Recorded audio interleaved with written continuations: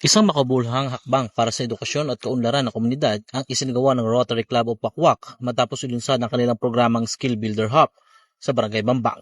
Layunin ng naturang proyekto na mabigyan ng pagkakataon ang mga individual lalo na ang mga walang sapat na kakayahan na matuto ng iba't ibang kasanayan sa pamamagitan ng isang learning room na kanilang itinayo. Sa pakikipagtulungan ng Barangay Bambang, formal na pinasinayaan ng nasabing pasilidad na inaasahang magsisilbing sentro ng pagkatuto at pag-asa para sa mga residente. Dumalaw rin sa nasabing okasyon sina Congressman Roman Romulo at Konsehal Volta de los Santos bilang suporta sa programa na nagpapakita ng pagtutulungan ng pribado at pampublikong sektor para sa kapakanan ng mamamayan. Ngayon nakikita po natin ang ating proyekto na Learning Hub.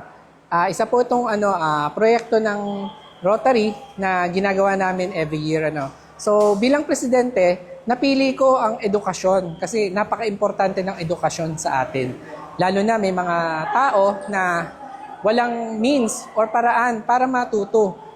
At ang Pilipinas ay isa sa mga bansa na nahuhuli na sa technology. So dahil dyan, nabuo ang ating project na Learning Hub sa tulong ng Barangay Bambang at sa Sagip Batang Palengke na isang NGO. So, ang plano namin dito is pag nakapagtayo kami ng mga computer hub, dito pwede mag-aral ang mga tao na walang paraan at walang panahon makapag-aral.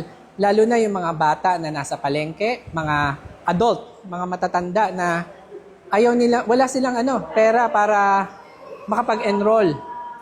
So dito, meron tayong connection with other NGO na sila naman ang bibigay ng mga lecture, mga modules at mga lesson plans at para matuto sila at magkakaroon din sila ng certificate para ang mga tao is magkaroon sila ng kakayanan, ma-adapt ang kanilang mga skills at makapaghanap sila ng trabaho. Kaya napaka-importante at napakaganda ng proyektong to. Ayon sa mga organizers, ang Skill Builder Hub ay hindi lamang isang silid-aralan, kundi isang hakbang tungo sa mas maliwanag na kinabukasan para sa komunidad. Ako si Monching para sa latest ng iNews Pasig, balitang totoo, serbisyong tunay.